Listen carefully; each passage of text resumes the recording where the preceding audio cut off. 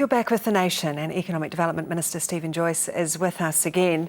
Minister, you would have heard that panel speaking with the two mayors and Peter Conway there as well. I guess what I took from that is, in essence, there is no magic bullet. Well, there is no magic bullet, but we're definitely having the right conversation now, which is great.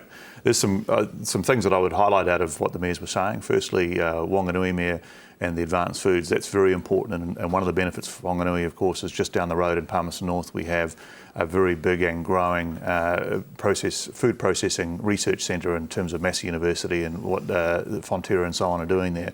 And that is very important. And this week we announced the National Science Challenge on developing high-value foods for New Zealand, and I think that's a potentially very strong opportunity for New Zealand, but again, out 5 or 10 years. The other one for Wanganui, which is interesting, is that whole Wanganui-Manawatu triangle has underperformed over the last several years.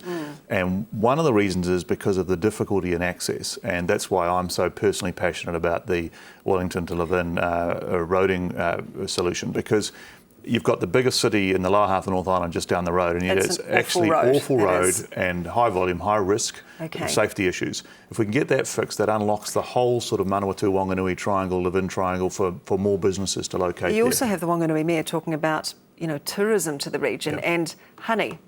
I'm not sure that's going to economically develop that region to the degree it needs developing. Well, literally, they're not enough on their own. And that's why I think it's always a bit difficult if you end up just discussing, one industry or two industries will save us. It's about the attitude to growth and the welcoming of growth.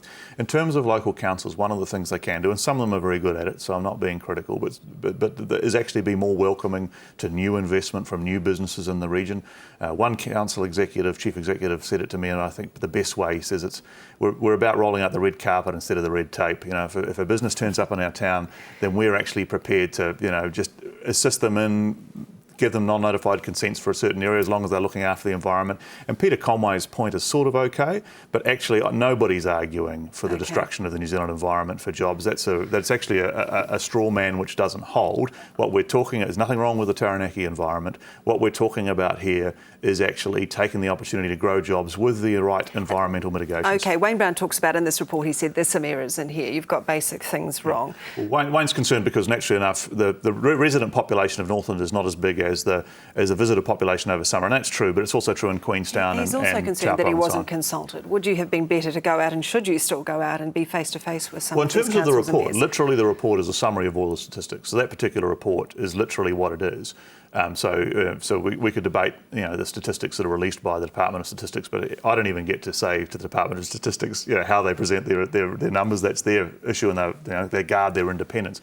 But we are having that dialogue in terms of the business growth agenda, in terms of all those regional visits that I'm doing. And I've been up to Wayne's outfit. He flew me over the north in a helicopter, and he's right.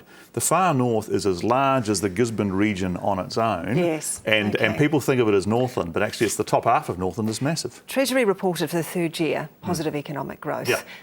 We've got high unemployment though, and that's been growing. So we've got jobless growth. How long is that sustainable? Well, what we're seeing at the moment is we're seeing quite big increases in productivity, which is good because the growth is growing. But people well, not yet. And unfortunately, that's the way it works out of recessions. We are putting a massive amount in training. I actually met the Mayor's Task Force for Jobs last week. And for the first time, I meet with them regularly. Annette Main's one of the members of that task force, and sat with them. And for the first time, we went through everything we're doing. And the chair turned around and said to me afterwards, he said, you guys have easily enough programs now. This is fantastic. What you need to do now is help us build the relationships between our companies and our councils in our regions. Sure. And I think that's right. And I'm focusing on that with them. All right, Steven Joyce, Minister for Economic Development. Thank you. Thank you.